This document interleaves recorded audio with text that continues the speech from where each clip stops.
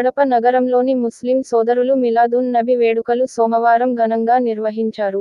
మిలాదున్ నబి పండుగ సందర్భంగా మిలాద్ జూలూస్ ఆధ్వర్యంలో కడప నగరంలో భారీ ర్యాలీ నిర్వహించారు. కడప నగరంలోని అల్మాస్ పేట సర్కిల్ నుంచి ప్రారంభమైన ర్యాలీ చిలకల బావి, 2వ Gandhibomma, 1 town circle, Gokul circle, 7 roads, పాత బస్టాండ్ సర్కిల్ మీదుగా గుంతబజార్ వరకు ర్యాలీ కొనసాగింది. ఈ సందర్భంగా ముస్లిం యువకులు రక్తదానం చేశారు. ఈ సందర్భంగా ర్యాలీలో పాల్గొన్న వక్తలు మాట్లాడుతూ ఎంతో మంది ప్రవక్తలు సంస్కర్తలు వచ్చి వెళ్లిన తర్వాత ముస్లింలలో చివరి ప్రవక్త ముహమ్మద్ సల్లల్లాహు అలైహి వసల్లం రసూల్ ఇలా ప్రసిద్ధి గాంచారని తెలిపారు.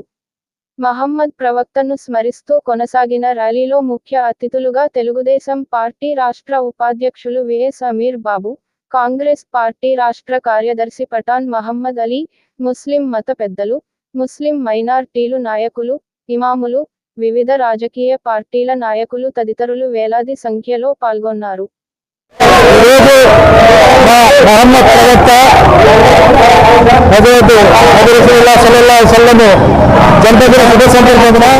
అందరూ కూడా పండుగ వాతావరణంలో చేసుకోవడం జరుగుతుంది.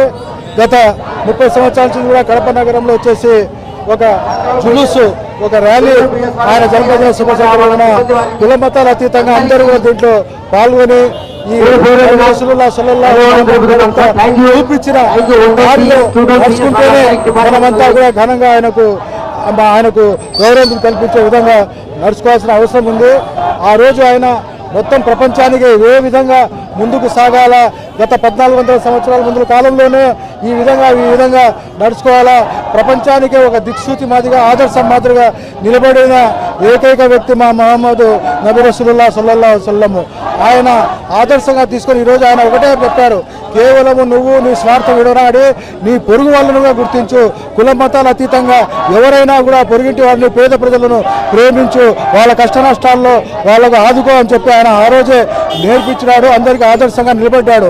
ఎక్కడ కూడా దీనికి పోకుండా, వేషగాలకు పోకుండా ఆయన ఎంతో గౌరవప్రదంగా ఆయన జీవితమే ఒక మోడల్ మాదిరిగా ప్రపంచానికి ఇచ్చిన ఘనత ఈ రోజు వరకు కూడా ప్రపంచం మొత్తం కూడా ఆయన చూపించిన మార్గంలో నడుస్తూ ఉండడమే ఈరోజు ప్రపంచంలో శాంతి సౌభాగ్యాలు విరాజిల్లుతున్నాయి.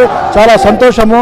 మా కడప నగరంలో మిలాదున్ నబీ ర్యాలీ వచ్చేసి ఇంత ఘనంగా నిర్వహించడము, అందరూ కూడా కుల మతాల అందరూ కూడా ఇక్కడ పాల్గొనడము చాలా సంతోషదాయక విషయము.